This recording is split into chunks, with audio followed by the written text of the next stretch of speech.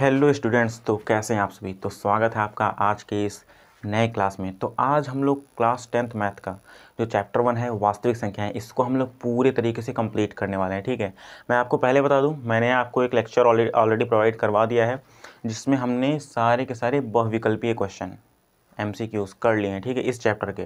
तो आपने अगर वो वीडियो नहीं देखी जा करके देख लें, बहुत इंपॉर्टेंट है। ठीक है, आज की इस क्लास में हम ऑब्जेक्टिव नहीं करेंगे, जो शॉर्ट आंसर टाइप क्वेश्चन है, लघु उत्तरीय, दीर्घ उत्तरीय, मतलब जो भी चैप्टर से पूछे जाते हैं ओवरऑल हमने छांट करके निकाला हुआ है। तो आज पूरा चैप्टर अपना कंप्लीट हो जाएगा और 5 अंक का ये चैप्टर आता है, तो बहुत इंपॉर्टेंट है। ठीक है, तो आइए आज के इस लेक्चर को शुरू करते हैं। तो देखिए, सबसे पहला हमारा यूक्लिड विभाजन प्रमेय का, ये आपको जानना इसलिए ज़रूरी है क्योंकि इसी के बेस पे क्वेश्चन सॉल्व होगा। ठीक है, तो आइए मैं बता देता हूँ। देखिए, सबसे पहले मैं एक आपको डिवाइड करके दिखाता हूँ। जैसे मान लीजिए यहाँ 5 है और इसको 2 से इसमें भाग करना है, तो 2 का 2 में आपका ये 4 आ जाएगा और यहाँ पे 1 बच जाएगा।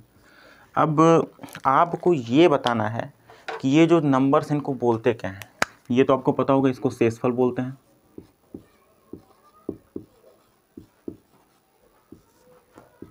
इसको क्या बोलते हैं, भागफल बोलते हैं। ये तो सबको लमसम पता ही होगा। ये दो चीज़ें इंपॉर्टेंट हैं। ये जो बीच में है जिसमें डिवाइड किया जा रहा है वो है भाज्य। ठीक है, भाज्य बोलते हैं इसको, और जिस नंबर से डिवाइड करते हैं उसको बोलते हैं भाजक। ये आपको रटा हुआ होना चाहिए कि कौन सी चीज़ इसमें क्या क्या है, सबका नाम क्या है। ये दोनों क्लियर होगा, ये दोनों ज़्यादा इंपॉर्टेंट है, इनको याद कर लीजिए ताकि सब कुछ याद हो जाए। तो यूक्लिड विभाजन प्रमेयिका क्या है, ये कुछ नहीं है, बस ये है, दिखाता हूँ क्या है। ये है A बराबर बी क्यू प्लस आर। ए बराबर बी, बीच में कुछ नहीं, मतलब गुणा, ए बराबर बी गुणा क्यू प्लस आर। बस यही है यूक्लिड विभाजन प्रमेय का। अब आप इस बात का ध्यान दीजिए कि यहाँ पे ए बी क्यू आर ये सब क्या है। तो मैं बता दूं आपको, ए का मतलब होता है भाज्य, ये है ए। बी का मतलब होता है भाजक, जो कि ये है, इसको बोलते हैं बी। क्यू का मतलब होता है भागफल, तो ये है क्यू। और आर का मतलब है यहाँ पे शेषफल, जो कि है ये। तो बात समझ में आई। बस ये एक आप फार्मूला टाइप में समझ लो, इसको आपको याद रखना है। ये जो भाज्य है वो इसके बराबर होता है। एक बार मैं यहाँ पे इसको प्रूफ करके दिखा दूँ आपको, ये पूछा नहीं जाएगा, बस ये समझने के लिए है। आइए दिखाता हूँ। देखिए, ए यानी भाज्य, भाज्य यहाँ पे है 5, बराबर होता है बी गुणा क्यू।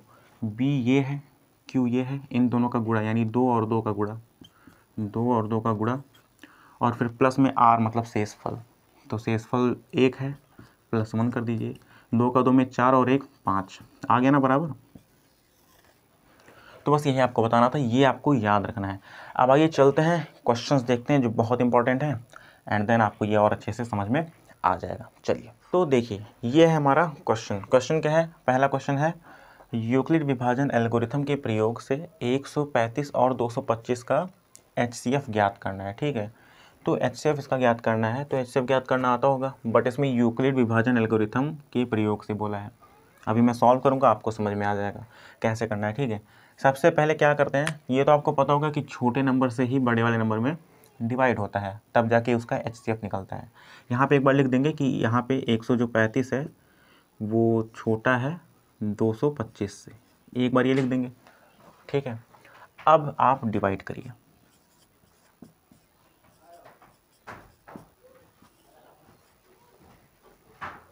देखिए, अब आपको डिवाइड करना है 135 से 225 में, जो कि आपको आता होगा। देखिए, एक ही बार पहाड़ा जाएगा, इसका एक बार जाएगा तो 135 आ जाएगा। 5 में से 5 गया 0, यहाँ पे 9 आ जाएगा, ये तो कट गया। ठीक है, पहला स्टेप हमारा कंप्लीट हुआ। अब दूसरा स्टेप इसको घुमा कर करते हैं, बट ये जो स्टेप कंप्लीट हुआ है इसको यहाँ पे लिखना होगा, वही यूक्लिड विभाजन एल्गोरिथम होता है। नॉर्मल आप ऐसे कर लेते हैं, बट इसको प्रॉपर लिखना होगा, तब ये यूक्लिड विभाजन एल्गोरिथम से माना जाएगा सॉल्व किया हुआ। आइए देखते हैं। तो सबसे पहले यहाँ पे लिखेंगे कि 135 और 225 पर यूक्लिड विभाजन एल्गोरिथम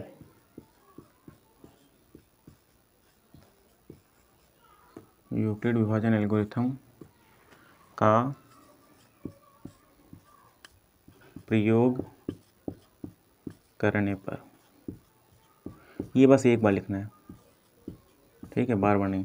अब जो यहाँ पे स्टेप्स मैं लिख रहा हूँ ये सबसे ज़्यादा इंपॉर्टेंट है, नंबर यानी मार्क्स आपको इसी स्टेप के मिलेंगे, ठीक है। देखिए सबसे पहला स्टेप आप क्या लिखेंगे, यही लिखेंगे, a बराबर बी क्यू प्लस आर की सहायता से, a बराबर बी क्यू प्लस आर, ये मैं समझाने के लिए लिख रहा हूँ, ये चीज़ इसको नहीं लिखना है आपको, अभी इसको इरेज कर दूंगा, ठीक है। पहला स्टेप यही है, जो पहला स्टेप अपन ने डिवाइड किया है वही लिखना है। कैसे? सबसे पहले ए लिखना है, ए ये बीच वाला है, मैंने आपको बताया अभी, तो 225 आ जाएगा। फिर उसके बाद बराबर लगाना है, उसके बाद बी लिखना है जो कि हमारा 135 होता है। उसके बाद गुणा में क्यू, गुणा नहीं गुणा लगाया जाता है, वो बीच में होता है। क्यू हमारा ये भागफल 1 है, और प्लस से प्लस लगा दीजिए, आर का मतलब शेषफल जो कि 90 आया है, ठीक है, ये हमारा 90 आया। अब यहाँ पे लिखेंगे कि हम कि r is not equals to 0, हमें तब तक डिवाइड करना होगा जब तक r यानी शेषफल 0 ना आ जाए। अभी तो r 0 नहीं आया है, तो हम अब इसको अगला स्टेप आगे सॉल्व करते हैं। देखिए अब इसमें अब 135 को बीच में लिखा जाता है, इसको लिख देंगे प्रॉपर। तो देखिए यहाँ पे 90 का पहाड़ा हम पढ़ेंगे 135 में, तो कैसे देखिए 90 का पढ़ा कितनी बार पढ़ें कि 135 है उससे कम है, तो भैया एक बार पढ़ा जाएगा, इसको 90 आ गया और आप घटा दोगे तो यहाँ पे 45 आ जाएगा। ये हमारा दूसरा स्टेप हो गया। अब इस दूसरे स्टेप को हमको यहाँ पे लिखना होगा एज इट इज़ इसी तरीके से। अब दूसरे स्टेप में ए, यानी ए इसमें क्या है दूसरे स्टेप में, इतने में, ऊपर से हमसे कोई मतलब नहीं है। अब इस वाले भाज्य को थोड़ी लेंगे, इस वाले भाज्य को लेना है जो कि 135 हमारा है। बराबर लगा दीजिए, बी और क्यू, बी ये है और क्यू ये है, याद रखिएगा। तो बी की जगह पे 90 आ जाएगा और क्यू की जगह पे आपका 1 आ जाएगा, ठीक। और प्लस में आर भी होता है, तो आर यहाँ पे अभी भी 45 आ रहा है। यहाँ वापस से लिख दीजिए आप कि R is not equals to 0, इसको इज़ नॉट इक्वल बोलते हैं, ठीक है। तो हमको वापस से एक स्टेप करना पड़ेगा, अभी जितना स्टेप जाए कोई दिक्कत नहीं उससे। तो इसको वापस से घुमाएंगे और ये 90 को अब इस बार इसमें लिखेंगे, ठीक। तो 45 का गुणा कितनी बार करें, 2 बार। 45 का 2 में करेंगे तो 90 आ जाएगा, जो कि कट के अपना 0 आ चुका है। सो अब फाइनली जब 0 आ गया तो HCF भी निकल गया। अब तीसरा स्टेप यहाँ पे लिखिए कि भाज्य क्या है 90, ये बराबर हो जाएगा 45 गुणा 2 और प्लस में शेषफल जो कि 0 है। 45 गुणा 2 मतलब बी ये है और क्यू ये है इस वाले स्टेप में। तो अब आर जो है वो 0 के बराबर आ गया है, तो यहाँ पे लिख दीजिए आर बराबर 0। अब चूंकि आर बराबर 0 है, यहाँ पे अब लिखना पड़ेगा चूंकि आर बराबर 0, अतः प्रक्रिया समाप्त हुई। ये जो प्रक्रिया इतनी लंबी चल रही थी, 3 स्टेप लगे, हो सकता था 4 5 6 स्टेप लग जाए, तो इसको प्रक्रिया बोलते हैं। तो अतः प्रक्रिया समाप्त हुई यानी अब एंड हो गया इसका, प्रक्रिया समाप्त हुई, इसलिए HCF पूछा गया था हमसे, HCF ऑफ किसका, 135 और 225, 135, 225 का क्या आ गया है, बता सकते हैं आप क्या है HCF? लास्ट में जिस भी नंबर से डिवाइड होता है वही HCF होता है, यानी 45। ये आपका राइट आंसर हो जाएगा। इसको आप एक बार वापस देख लीजिएगा अगर आपको समझ में नहीं आया, बाकी इसी तरीके से इसको करना है। और मैं बता दूं ये 2 मार्क में पूछा जाता है, 2 नंबर में आपको पूछा जाता है आपका। और ये किस सन में पूछा गया मैं बता दूं आपको, 2019 2022 इन 2 सन में ये क्वेश्चन यही क्वेश्चन पूछा गया सेम 2019 और 22 में भी पूछ लिया जाए आगे, ठीक है। ये मैं बस सन देख रहा हूँ किस सन में पूछा गया है कौन कौन सा क्वेश्चन, ठीक है। तो अब इसके बाद अगला क्वेश्चन देख लेते हैं। तो यहाँ पे अब ये दूसरे टाइप का क्वेश्चन आ चुका है, जिसमें कि आपको अभाज्य गुणनखंड विधि द्वारा पूर्णांकों का HCF व LCM ज्ञात करने को बोला जा रहा है।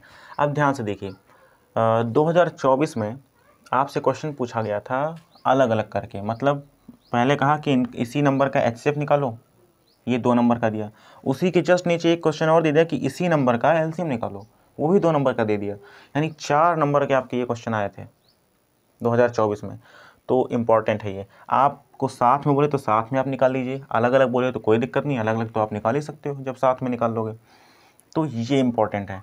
और 2 मार्क्स के क्वेश्चन पूछे जाते हैं, मैंने बता ही दिया 2024 में इस तरह का क्वेश्चन पूछा गया है, मे भी पूछ लिया जाए, इंपॉर्टेंट है ये। तो आइए इसको बताता हूँ कैसे करना होता है। यहाँ पे बोला है अभाज्य गुणनखंड विधि द्वारा। अगर आपसे कह रहे कि सिर्फ इनका एचसीएफ और एलसीएम ही निकालो, ये ना कहे कि अभाज्य गुणनखंड विधि द्वारा निकालिए, तो आप चाहे जिस विधि से निकाल सकते हैं, चाहे जैसे निकाल दो। आप इसी से निकालोगे तो अच्छा है, ये बहुत आसान विधि है। आइए मैं आपको बता देता हूँ कैसे करना है। देखिए, सबसे पहले इन सब नंबर्स का आपको गुणनखंड करना होता है। पहला वाला सॉल्व करता हूँ, आइए समझिए इसको। देखिए, सबसे पहले 12 का आप निकाल लोगे, थोड़ा साइड में लिखता हूँ इसको। यहाँ पे 12 का सबसे पहले आप एलसीएम निकाल लेंगे, तो 2 का 6 में 12, 2 का 3 में 6 और 3 का 1 में 3। आप 15 का यहाँ फिर से निकाल लीजिए, 3 का 5 में 15 और 5 का 1 में 5, 21 यानी 21 का निकाल लेते हैं। 3 का 7 में 21 और 7 का 1 में 7। ठीक, अब यहाँ पे क्या करना है, अब आपको स्टेप बाय स्टेप लिख देना है कि कौन कौन किसके बराबर है। जैसे 12 है तो इसका क्या है, 12 का 2 गुणा 2 गुणा 3, 2 गुणा 2 गुणा 3। उसके बाद 15, दूसरा नंबर जो था 15 था, इसका क्या आया है 3 और गुणा में 5। तीसरा जो नंबर है 21, 21, इसका क्या आया है 3 गुणा में 7। ठीक है, अब देखिए यहाँ पे आप इसको पावर में कन्वर्ट कर लीजिए। ये मैंने जस्ट समझाने के लिए आपको किया है, आपको डायरेक्ट इसको पावर में ही ऐसे लिखना है। कैसे, जैसे 2 गुणा 2, 2 बार आया है तो 2 पे पावर 2 हो जाएगा। 1 और 2 बार है ना, तो पावर 2। 3 कितनी बार है, 1 ही बार है, तो 3 पे पावर 1। 1 लिखा नहीं जाता है, लिख भी देंगे कोई दिक्कत नहीं, बट नहीं लिखते हैं। अब यहाँ पे देखिए सेम, 3 पे कुछ नहीं तो 3 पे पावर 1 और 5 पे कुछ नहीं, 5 पे पावर 1। यहाँ सेम 3 और 7। अब हमको एचसीएफ और एलसीएम दोनों निकालने के लिए बोला है। ठीक है, तो मैंने यहाँ पे थोड़ा इसका कलर चेंज कर दिया, सारा मैंने ब्लैक ब्लैक कर दिया था। ठीक है, तो आइए देखते हैं हम। तो सबसे पहले इसका एचसीएफ निकाल लेते हैं, जो कि हमसे पूछा गया है। तो एचसीएफ अगर इसका निकालेंगे, किसका 12, 15 और 21 का निकालना है एचसीएफ। ठीक, तो अब एचसीएफ निकालने के लिए हमें देखना होता है कि इस पूरे में कॉमन क्या है। ये पहला वाला है, ये दूसरा है और ये तीसरा है। तीनों में कॉमन क्या दिख रहा है, कॉमन का मतलब उभयनिष्ठ, जो सब में मिल जाए। जैसे देखिए 3 यहाँ पे भी है, 3 यहाँ पे भी है, 3 यहाँ पे भी है, तो सब में कॉमन क्या है 3 है। अब 3 की पावर सब में 1 है। अगर किसी में 2 होती, 3 की पावर 2, 3 की पावर 3, तो हम कौन सा लेते हैं, हम सबसे छोटी पावर लेते हैं। ठीक है, जैसे 3 की पावर 1 हम कंसीडर कर रहे होते हैं। अगर 3 की पावर 1 और 3 की पावर 2 भी होती, 3 भी होती तब भी, लेकिन सबकी पावर 1 ही है तो हम तब भी 3 लेंगे। ठीक है, तो इसका एचसीएफ 3 निकल के आ चुका है। अब अगर एलसीएम आप निकालना चाहें तो एलसीएम में भी आप लिखेंगे सेम। अब एलसीएम में क्या करना होता है, जो कॉमन है उसकी तो सबसे बड़ी पावर लेनी होती है। थोड़ा सा चेंज है, जो कॉमन है सब में जो है उसकी सबसे बड़ी पावर। तो इस कंडीशन में तो सबकी पावर सेम है, तो वही लेंगे फिर से। और उसके बाद मतलब कॉमन की सबसे बड़ी पावर लेने के बाद जो भी नंबर बच गया उन सबको एज इट इज़ यहाँ पे लिखा जाएगा। यानी कि 2 पे पावर 2 बच रहा है, यानी 2 गुणा 2। 5 भी बच रहा है, उसको भी लिख लीजिए। और क्या बच रहा है 7, इसको भी लिख दीजिए। और कुछ बचा नहीं बचा, तो ये आपका एलसीएम हो जाएगा। तो इसको एक बार गुणा कर लेते हैं, आंसर आ जाएगा। 3 का 2 में 6, 6 गुना 12, 12 25 60, और 60 का 7 में करेंगे तो 42 और 0। ठीक है, तो ये आपका एलसीएम निकल के आ चुका है और ये आपका एचसीएफ है। तो कुछ इस तरीके से आपको इसको सॉल्व करना है। होप करता हूँ आपको समझ में आ गया होगा। ये 2 क्वेश्चंस और हैं, तो मैं सोच रहा हूँ आपको ये वाला और बता दूँ और आप इसको एचडब्ल्यू में कर लीजिएगा, इम्पॉर्टेंट है। आइए इसको बता देता हूँ एक और। देखिए, ये तो बहुत आसान है। देखिए 70 यानी 17 जो है अभाज्य संख्या है, 23 भी अभाज्य संख्या है, 29 भी अभाज्य संख्या है। तो आपको ये चीज़ निकालने का कोई ज़रूरत है ही नहीं। आप सीधे सीधे लिख सकते हैं कि जो 17 है वो बराबर आएगा 17 के, यानी 17 का गुणनखंड आप करोगे तो 17 ही आएगा। 23 नेक्स्ट है, तो 23 का गुणनखंड भी 23 आएगा। नेक्स्ट 29 है, इसका गुणनखंड आप निकालोगे ये भी 29 आ जाएगा। अब सेम प्रोसेस HCF और LCM निकालते हैं। तो HCF जब आप निकालोगे इसका 17, 23 और 29 का, तो सबसे पहले हमें कॉमन ढूंढना होता है कि तीनों में कॉमन क्या आ रहा है।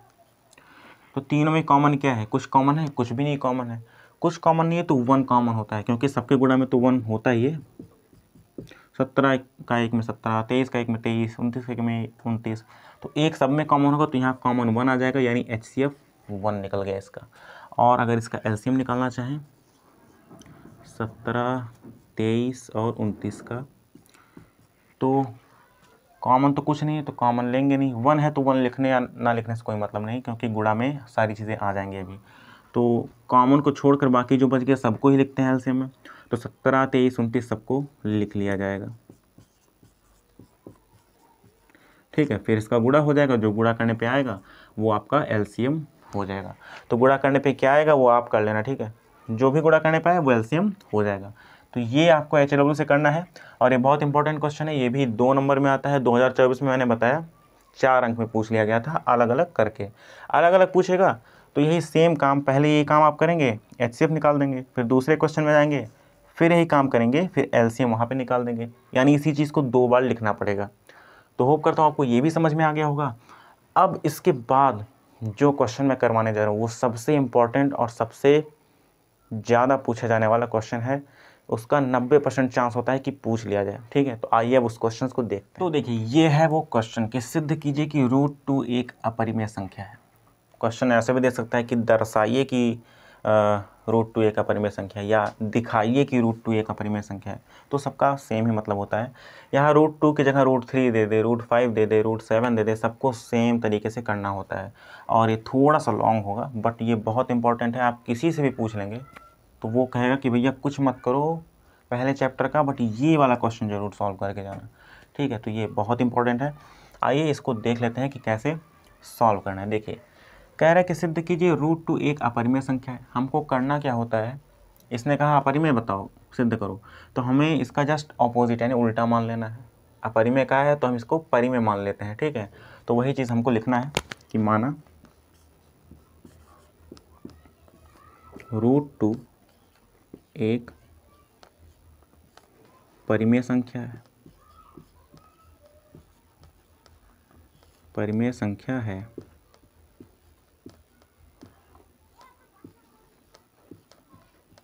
हो सकता है आपको भी समझ में ना आए अच्छे से, आप 2-3 बार लगाएंगे तो समझ में आ जाएगा। आपको 2-3 बार 4 बार लगाना ही है, एकदम रट जाना चाहिए ये चीज़, ठीक है।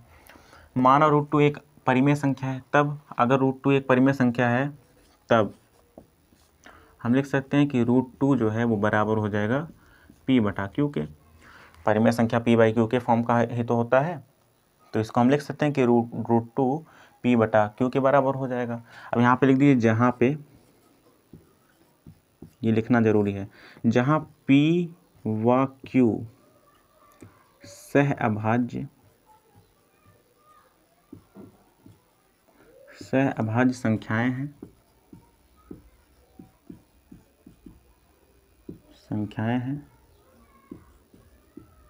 तथा Q is not equals to 0। Q is not equals to 0 ये तो परिमेय संख्या के डेफिनेशन से ही निकल के आता है।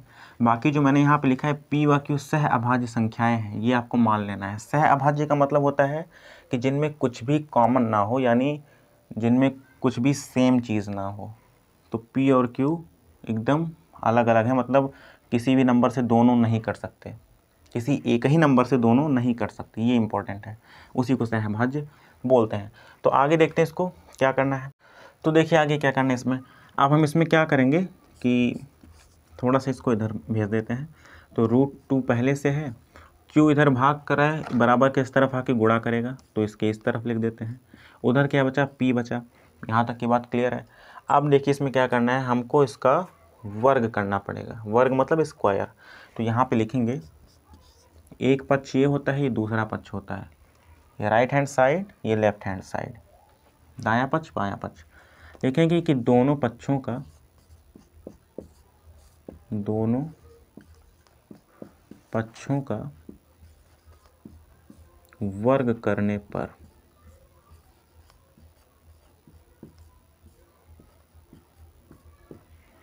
करने पर, तो चलिए वर्ग करते हैं इसका। q और √2 का वर्ग, तो q का तो q स्क्वायर हो जाएगा और √2 का वर्ग होगा तो सिर्फ 2 निकल के बाहर आ जाएगा, बराबर p का वर्ग तो p स्क्वायर ही आ जाएगा। यहाँ तक की बात समझ में आई। अब आगे हमको क्या करना है, q स्क्वायर को यहीं पे रहने देते हैं और यहाँ पे p स्क्वायर पहले से था, इस 2 को हमने उस तरफ भेज दिया है तो ये गुणा कर रहा था, उधर जाके डिवाइड यानी भाग करेगा, यानी नीचे आ जाएगा। ठीक है, तो इसको हम समीकरण 1 मान लेते हैं क्योंकि अभी इसका हमको यूज पड़ने वाला है। अब देखिए क्या करना है। अब एक प्रमेय है आपके बुक में जो ये बताता है कि अगर कोई नंबर किसी नंबर के स्क्वायर को डिवाइड करता है तो वो उस नंबर को भी डिवाइड करेगा। तो यहाँ पे लिखेंगे चूँकि 2 जो है वो p स्क्वायर को विभाजित करता है,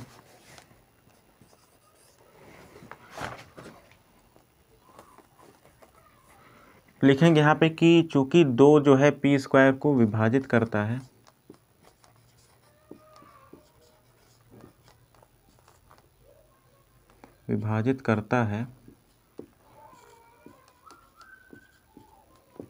इसलिए जो 2 है वो p को भी विभाजित करेगा,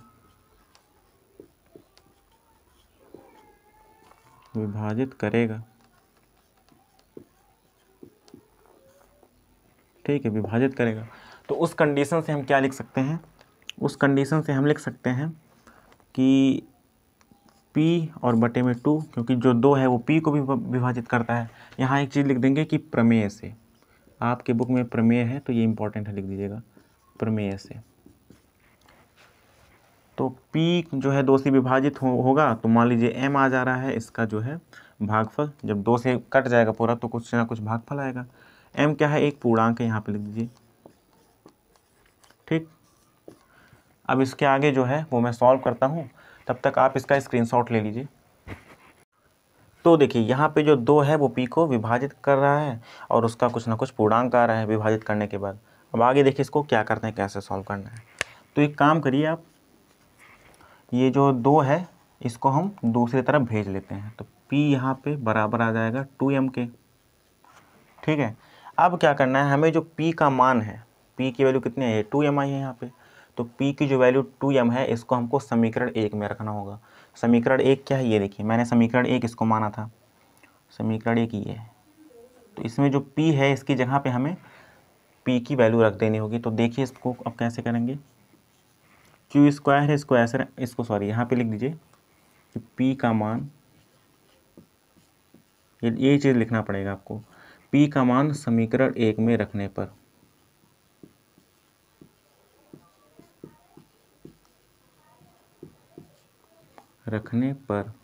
ठीक है, अब रख दीजिए इसको।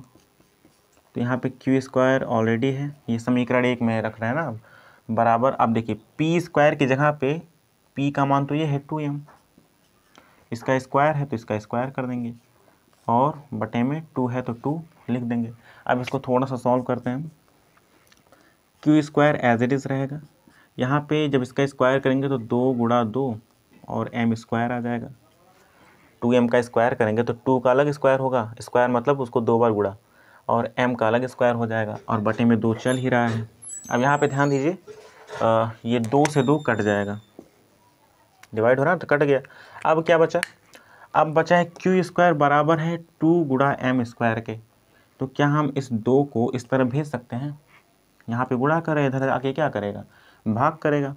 तो अब देखिए यहाँ पे, तो q स्क्वायर पहले से है, बटे में 2 आ गया भाग में, उधर बचा m स्क्वायर। ठीक है, m स्क्वायर बचा। अब आप कुछ चीज़ नोटिस कर पा रहे हैं कि ये 2 जो है q स्क्वायर को विभाजित कर रहा है, तो हमें सेम वही चीज़ें लिखनी है जो मैंने यहाँ पे लिखी हुई हैं। तो सॉरी, इसको आप समीकरण मान लीजिए क्योंकि इसका भी आपको यूज़ पड़ने वाला है, इसको आप समीकरण 2 मान लीजिए, यूज़ इसका पड़ेगा। अब देखिए इसको सेम चीज़ लिखेंगे यहाँ पे, तो अब इसको इरेज कर देते हैं, इसका कोई काम नहीं है, इसको थोड़ा सा इरेज कर देते हैं। आप लिखेंगे चूँकि जो 2 है वो क्यू स्क्वायर को विभाजित करता है, विभाजित करता है, इसलिए जो 2 है वो Q को भी विभाजित करेगा, विभाजित करेगा। आप यहाँ पे लिख दीजिएगा कि प्रमेय से, नहीं भी लिखेंगे तो कोई इशू नहीं है, वो अंडरस्टूड होता है,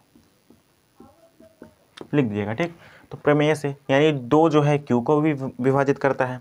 अब इसको आप मान लीजिए समीकरण 2 तक मान चुके हैं, इसको मान लेते हैं समीकरण 3। अब बस काम खत्म हो गया, ऑलमोस्ट डन हो गया ये। अब आप क्या नोटिस कर रहे हैं, समीकरण 2 और 3 को ध्यान से देखिए। समीकरण 2 क्या कह रहा है कि 2 जो है वो P को विभाजित कर रहा है, और समीकरण 3 कह रहा है कि जो 2 है वो Q को विभाजित कर रहा है, जबकि हमने P और Q को सहअभाज्य संख्या माना हुआ था।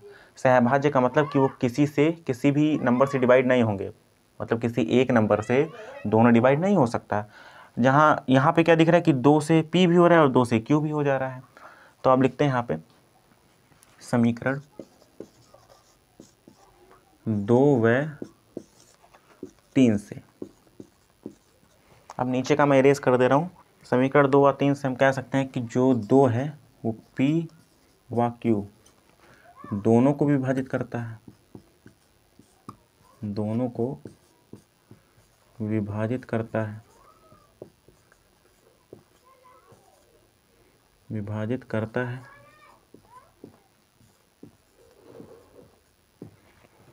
अगर 2 P और Q दोनों को विभाजित कर रहा है, इसका मतलब अतः P व Q सहअभाज्य संख्या नहीं होगी।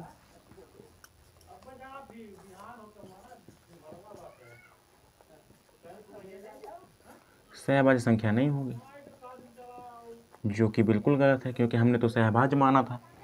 तो यहाँ पे लिखेंगे कि जो कि गलत है, जो कि गलत है, जो कि गलत है। ठीक है, आगे मैं यहाँ से कंटिन्यू करता हूँ, यहाँ से। अब लिखेंगे ऐसा ऐसा इसलिए हुआ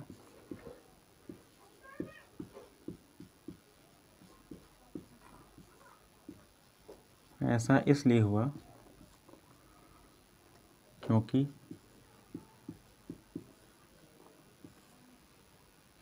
हमने √2 को परिमेय संख्या माना।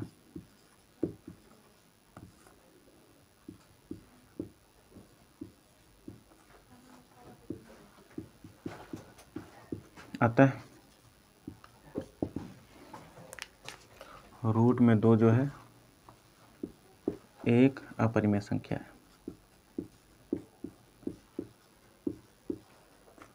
अपरिमेय संख्या है। ठीक, यहाँ नीचे आप लिख देंगे कि सिद्ध हुआ।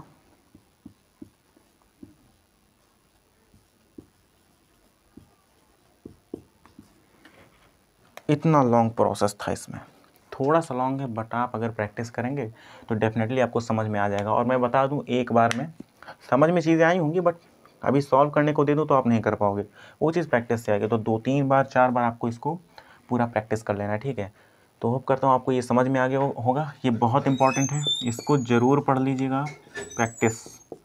ठीक है, तो इस तरह का एक क्वेश्चन और है जो कि इससे बहुत आसान है, बहुत आसान है। ठीक है, आइए उसको देख लेते हैं। चलिए, तो देखिए ये है सेकेंड टाइप का क्वेश्चन सिद्ध करने का। तो सेम, ये कोई ज़्यादा अंतर नहीं है, बट वो जो क्वेश्चन था वो थोड़ा सा लॉन्ग था, उसका जो मेथड था पूरा लॉन्ग था। ये काफ़ी इजी है। इस तरह के क्वेश्चंस 5 + 3 √3 प्लस में आ जाए, माइनस में आ जाए, या गुणा में आ जाए, भाग में आ जाए, तो इन सभी क्वेश्चंस को एक ही तरीके से करेंगे और ये बेहद ईजी होते हैं। कभी कभी इस तरह के भी पूछ ले जाते हैं। ठीक है, तो आइए इनको देख लेते हैं कैसे सॉल्व करना है। सेम है, सिद्ध कीजिए कि 5 + √3 एक अपरिमेय संख्या है। ठीक है, अपरिमेय कह रहा है तो हम इसका जस्ट ऑपोजिट उल्टा मान लेंगे कि परिमेय है। तो यहाँ पे लिखेंगे कि माना 5 + √3 एक परिमेय संख्या है, परिमेय संख्या है, ठीक है, ये हमने मान लिया है। अगर ये परिमेय संख्या है तो 5 + √3 को हम लिख सकते हैं p/q, यहाँ पे लिख दीजिएगा। तब 5 + √3 बराबर हो जाएगा p/q के, जहाँ पे p और q क्या है ये बताना पड़ेगा। तो जहाँ p व q पूर्णांक हैं, पूर्णांक का मतलब कोई से नंबर हैं, पूर्णांक हैं, तथा q तो 0 नहीं होना चाहिए, तो आपको पता होगा q ≠ 0। ये अपना है इसका कंडीशन, ठीक। अब देखिए अब क्या करना है, अब इसमें बहुत आसान है करना काम।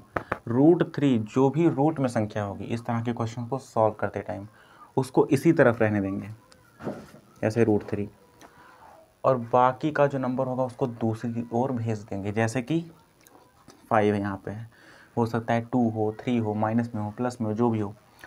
तो 5 यहाँ पे प्लस में है, उधर जाके माइनस में हो जाएगा, यानी कि p/q पहले से था और माइनस में 5 आ गया।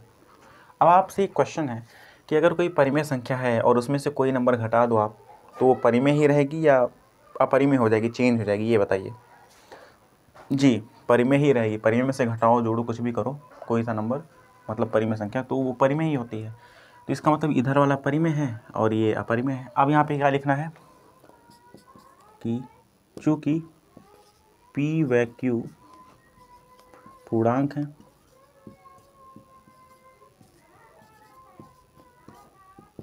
इसलिए p/q - 5 एक परिमेय संख्या होगी।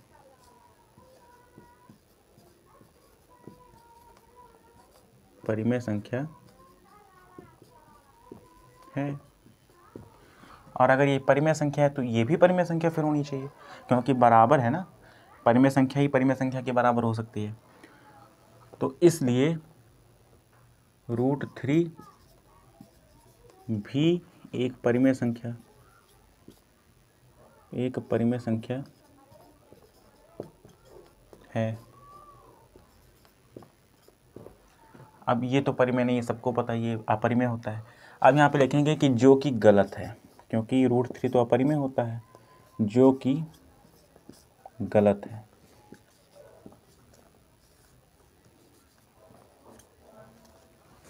जो कि गलत है। अब सेम वही लिखेंगे, ऐसा इसलिए हुआ क्योंकि हमने, तो लाइट जो है थोड़ी देर के लिए चली गई थी तो वापस से आ गया मैं। तो देखिए यहाँ पे हम लोग पहुँचे थे कि √3 भी एक परिमेय संख्या है इस कंडीशन के हिसाब से, तो जो कि गलत है क्योंकि √3 तो एक अपरिमेय संख्या है। अब यहाँ पे लिखेंगे कि ऐसा इसलिए हुआ, सेम चीज़ें वही लिखेंगे कि ऐसा इसलिए हुआ, ऐसा इसलिए हुआ, ऐसा इसलिए हुआ क्योंकि हमने 5 + √3, सॉरी 5 है, 5 + √3 को परिमेय संख्या माना, परिमेय संख्या माना।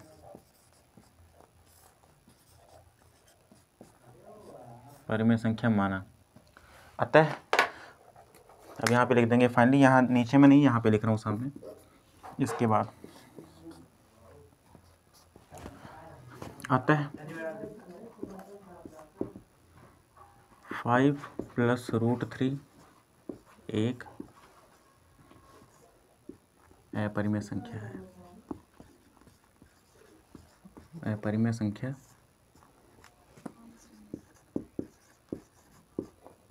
है, ठीक है। बस यहाँ पे प्रूफ हो गया। अब आप यहाँ पे लिख सकते हैं प्रूफ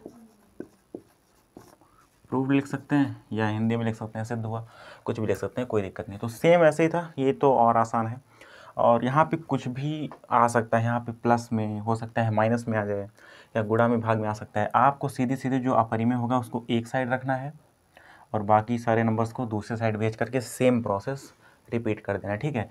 तो ये था क्वेश्चन। अब इसके बाद एक क्वेश्चन और बचा है एंड वो लास्ट क्वेश्चन है, तो आइए उसको देख लेते हैं। तो ये है अपना 5वां क्वेश्चन, ठीक है।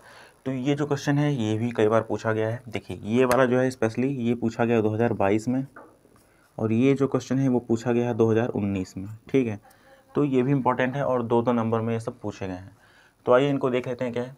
बिना लंबी विभाजन प्रक्रिया किए बताइए कि निम्नलिखित परिमेय संख्याओं के दशमलव प्रसार शांत हैं या अशांत आवर्ती हैं।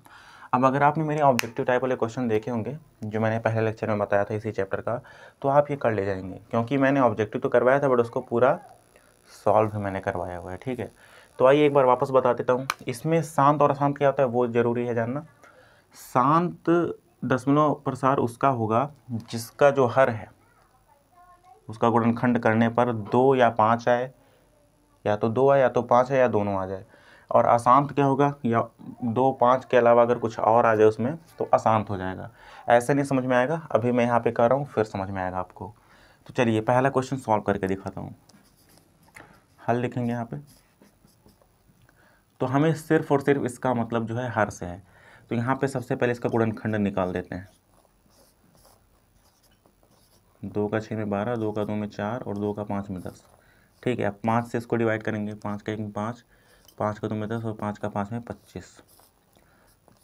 5 का 2 में 10, 5 का 5 में 25 आ गया, और फिर 5 का 5 में 25, 5 का 1 में 5। तो हम क्या लिख सकते हैं इसको, 1 मिनट, हम इसको लिख सकते हैं कि जो 1250 है, जो 1250 है किसके बराबर आया है, 2 गुणा 5, 5 कितने बार है, 1 2 3 4, 5 पे पावर 4। ऐसे तो लिखते हैं, देखो 5 4 बार रिपीट हुआ है तो 5 पे पावर 4 लिख सकते हैं उसको, यानी 1250 2 गुणा 5 पे पावर 4 के बराबर आ गया। अब मैंने क्या कहा, अब ये शांत है कि नहीं इसी से पता चल जाएगा, हर से ही इसका जो गुणनखंड आया इसी से पता चल जाएगा। अब देखिए इसमें 2 है और 5 है, और कुछ है और कुछ नहीं है, और कोई सा भी नंबर नहीं है। अगर सिर्फ 2 हो या सिर्फ 5 हो, मान लो 2 नहीं सिर्फ 5 हो तब भी शांत होगा, 2 5 दोनों हो तब भी शांत होगा, और सिर्फ अगर 2 हो 5 भी ना हो तब भी शांत होगा। बट इनके अलावा अगर कोई और नंबर आ गया, जैसे मान लीजिए यहाँ 3 आ गया, या यहाँ 7 आ गया, या कोई सा भी और नंबर आ गया, तो वो अशांत की कैटेगरी में चला जाएगा, ठीक है। तो इसका तो फिलहाल शांत ही आया है, तो हम यहाँ पे लिख देंगे कि इसका जो दशमलव प्रसार है वो शांत है, ठीक। यहाँ पे लिखेंगे चूँकि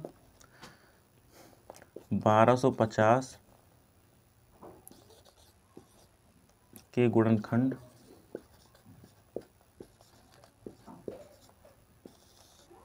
गुणनखंड का रूप 2 पे पावर n गुणा 5 पे पावर m के रूप का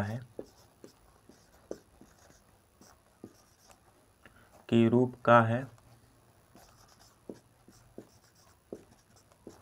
इसलिए इसका दशमलव प्रसार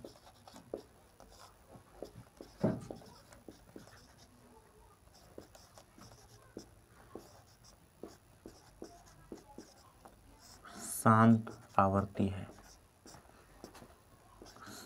आवर्ती है, ठीक है। ये चीज़ आपको लिखना पड़ेगा, इसको आप याद कर लीजिएगा, ठीक है। आइए दूसरा क्वेश्चन देख लेते हैं। तो दूसरा क्वेश्चन भी सेम करना है, तो आइए इसको भी एक बार दिखा देता हूँ कैसे करना है सॉल्व। सेम वही काम करेंगे। सबसे पहले जो इसका डिनोमिनेटर यानी जो हर होता है उसका हम गुणनखंड निकाल लेंगे, साइड में आप निकाल लीजिएगा।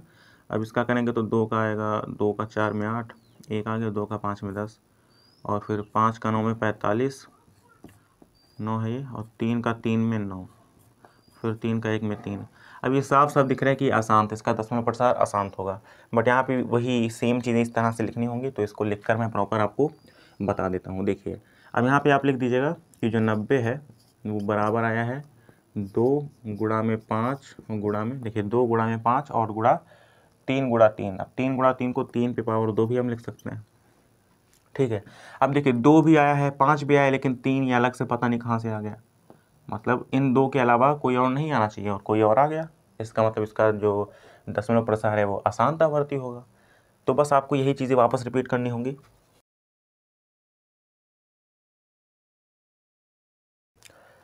यहाँ पे ये चीज़ वापस लिखनी पड़ेगी कि चूँकि 90 सेम ही चीज़ कि 90 के गुणनखंड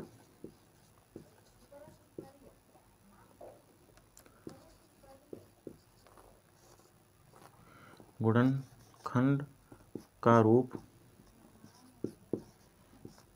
2 पे पावर n गुणा 5 पे पावर m के रूप का नहीं है। इस बार इसके रूप का नहीं है, के रूप का नहीं है, इसलिए इसका दशमलव प्रसार इससे नहीं, इसलिए इसका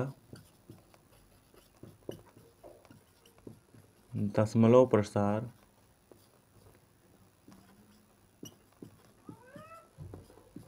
अशांत आवर्ती होगा।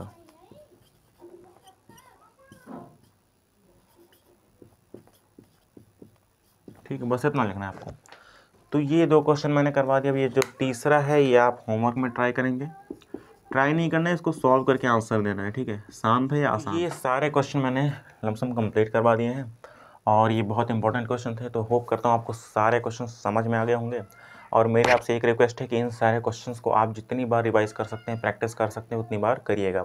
और इस तरह के क्वेश्चंस अगर आपके बुक में होंगे अलग अलग नंबर में, तो उनको ज़रूर रिवाइज कर लीजिएगा, क्योंकि ये बहुत इंपॉर्टेंट और बहुत एक्सपेक्टेड क्वेश्चन है, जिसके आने के चांस बहुत ज़्यादा हैं। ठीक है, तो इसको ज़रूर रिवाइज कर लीजिएगा। और अगर आप लोग नए हैं, नए स्टूडेंट हैं, तो इस चैनल को सब्सक्राइब कर लीजिए, क्योंकि उसका रीज़न है, आप बेल आइकन को ऑल पे प्रेस कर लीजिएगा, बिकॉज इसके बाद हम सेकंड चैप्टर स्टार्ट कर रहे हैं, फिर इसी सीरीज़ में हम आगे बढ़ते चलेंगे। ठीक है, तो बहुत इंपॉर्टेंट है। अगर आपने ये दूसरा वीडियो आप देख रहे हैं, इसके पहले वाला वीडियो आपने नहीं देखा तो वो देख लीजिए, इसका ऑब्जेक्टिव टाइप का क्वेश्चन। तो आज ये चैप्टर पूरा कंप्लीट हो गया हमारी तरफ से, बस आपको रिवीजन करना है, कम टाइम में ज़्यादा रिवीजन करना है। ठीक है, तो अब मिलते हैं सीधा दूसरे चैप्टर को कंप्लीट करवाते हुए।